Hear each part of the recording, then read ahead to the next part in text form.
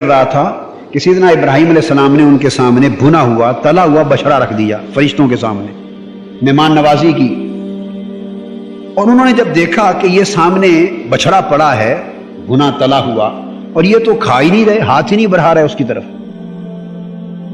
جب یہ دیکھا تو اس سے وہ کھٹک گئے، انہیں محسوس ہو گیا کہ یہ تو فرشتے لگتے،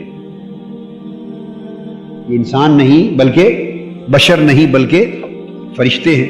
اور جب یہ خیال آ گیا کہ یہ تو فرشتے لگتے ہیں، ورنہ جو کچھ کھانے کے لیے رکھا ہے کچھ تھوڑا سا ہی ہماری دلجوئی کے لیے ہی چکھ لیتے نا، تو اللہ کے پیغمبر تھے، صاحب فراست اور صاحب بصیرت تھے، اتنے عمل سے بانپ گئے کہ فرشتے لگتے۔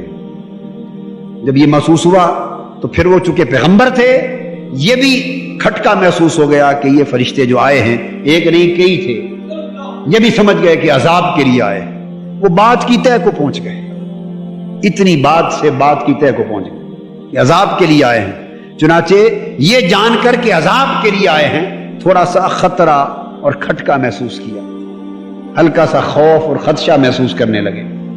جب انہوں نے دل میں معمولی سا خدشہ محسوس کیا تو وہ ملائکہ تھے، یہ ان کے عمل سے سب کچھ بانپ گئے، تو وہ فرشتے تھے وہ بھی بانپ گئے کہ ذرا کھٹکا محسوس کر رہے ہیں، تھوڑا سا خوف محسوس کر رہے ہیں، تو کہنے لگے قالوا لا تخف انا ارسلنا الى قوم لوط، اے سیدنا ابراہیم علیہ السلام آپ گھبرائیے نہیں، ہم آپ کی قوم کے لیے نہیں آئے، قوم لوط کے لیے آئے،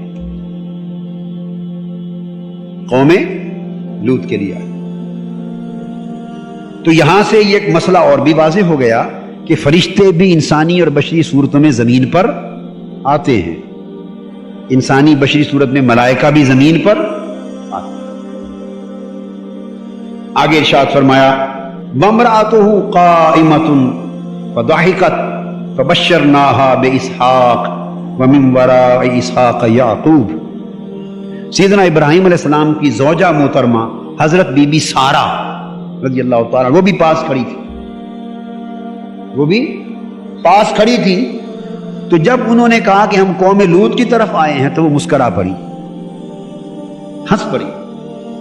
ضبط میں فرق ہوتا ہے نا، مرد اور عورت کے ضبط میں فرق ہوتا ہے۔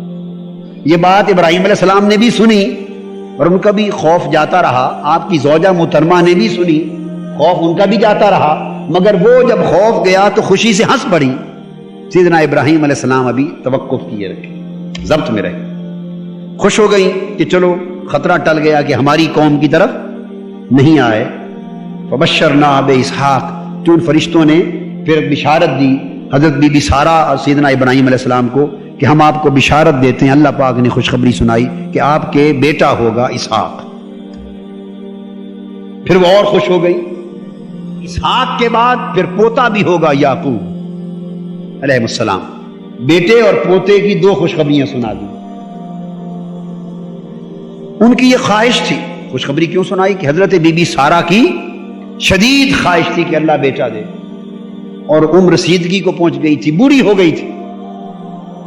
گئی تھی، خواہش شدت اختیار کر گئی تھی۔ اور ایک سبب یہ بھی تھا کہ سیدنا ابراہیم علیہ السلام کی دوسری زوجہ محترمہ حضرت ہاجرہ رضی اللہ تعالی عنہا، ان کے بطن مبارک سے حضرت اسماعیل علیہ السلام ہو چکے تھے، حضرت ہاجرہ کے گھر اولاد ہو گئی تھی، سیدنا اسماعیل علیہ السلام ہو چکے تھے، اور یہ رہ گئی تھی۔ اب جہاں دو بیویاں ہوں تو اس میں ایک رشتہ خاص ہوتا ہے نا، اس میں پھر یہ طلب اور خواہش اور بڑھ جاتی ہے، اس لیے خواہش شدید تھی کہ حضرت ہاجرہ کا بیٹا ہو گیا اور میں رہ گئی، تو چاہتی تھی، تو فرشتوں نے خوشخبری سنا دی کہ آپ کا بھی بیٹا ہوگا اسحاق، اور صرف اسحاق نہیں بلکہ آگے یعقوب پوتا بھی ہوگا۔ انہیں پوتے کی خوشخبری نہیں سنائی، اس لیے کہ ادھر بیٹا بھی نبی بننا تھا اور پوتا بھی نبی بننا تھا، اور حضرت یعقوب کا لقب اسرائیل، یعقوب علیہ السلام جو سیدنا ابراہیم علیہ السلام کے پوتے ہیں، کیا پوتے، اور وہ سیدنا یوسف علیہ السلام کے والد ہیں، تو یوسف علیہ السلام سیدنا ابراہیم علیہ السلام کے پڑپوتے ہو گئے۔ کیا ہو گئے؟ پڑپوتے۔ تو یعقوب علیہ السلام بھی نبی بنے، پھر ان کے بیٹے یوسف علیہ السلام بھی نبی بنے، تو سلسلہ نبوت چلنا تھا، بنی اسرائیل حضرت یعقوب کی اولاد کو کہتے ہیں. تو بیٹے کی خوشخبری دی, پوتے کی, چونکہ نبوت چل رہی ہے بنی اسرائیل سے, اور اسماعیل علیہ السلام کے آگے خوشخبریاں ادھر نہیں دی تھی کہ چونکہ اسماعیل علیہ السلام کے بعد بنی اسماعیل میں صرف ایک ہی نبی اور نبی آخر الزمان آنا تھا, وہ پردے میں رکھ, ادھر نبوت نہیں چلائی. سیدنا ابراہیم علیہ السلام کی نبوت کے ترازو کے اللہ نے دو پلڑے بنائے, ایک اسماعیلی پلڑا, ایک اسرائیلی پلڑا. اسرائیلی پلڑے میں بہت سے انبیاء رکھے, اسماعیلی پلڑے میں صرف ایک مصطفیٰ رکھا صلی اللہ علیہ وآلہ وسلم, اور وہ بھی بھاری ہو گیا, اولین و آخرین پر بھاری ہو گیا. تو پوتا اور بیٹا دونوں کی خوشخبری دی. اب حیرت زدہ ہو گئی. قالت یا ویلتا اَأَلِدُ وَأَنَا عَجُوزٌ وَهَذَا بَعْلِي شَيْخًا إِنَّ هَذَا لَشَيْءٌ عَجِیبٌ.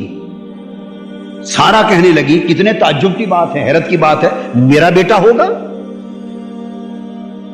حالانکہ میں بیٹا کیسے جنوں گی, میں تو بڑھیا ہو چکی ہوں, ضعیف العمر ہو چکی ہوں. هَذَا بَعْلِي شَيْخًا, اور میرے شوہر بھی بوڑھے ہو گئے, ہم دونوں بوڑھے ہو چکے, عمر گزر گئی, اب بیٹے کی اولاد اس عمر میں کیسے ہوگی. ان ھذا لشیء عجیب, بڑی عجیب بات ہے. پیغمبر کی زوجہ ہے, مگر سوچ کا جو انداز ہوتا ہے وہ ہر سطح پر آپ دیکھتے ہیں کہ انسانی سطح کو کبھی نظر انداز نہیں کیا جاتا, انسانی سطح کو کبھی نظر انداز نہیں کیا جاتا.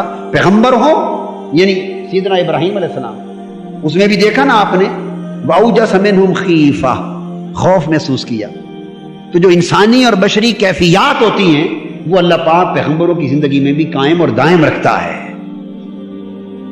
موسیٰ علیہ السلام کو جب اللہ پاک نے پوچھا تھا نا, اے موسیٰ تیرے ہاتھ میں کیا ہے, وَمَا تِلْكَ بِيَمِينِكَ یَا موسیٰ, تیرے ہاتھ میں کیا ہے. عرض کیا باری تعالیٰ ڈنڈا ہے, عصا ہے. فرمایا ذرا نیچے گرا, نیچے پھینکنا. موسیٰ علیہ السلام نے نیچے پھینکا, وہ اژدہا بن گیا. جب یکلخ اژدہا بن گیا اور ان کی طرف دوڑا, موسیٰ علیہ السلام ذرا دوڑ پڑے.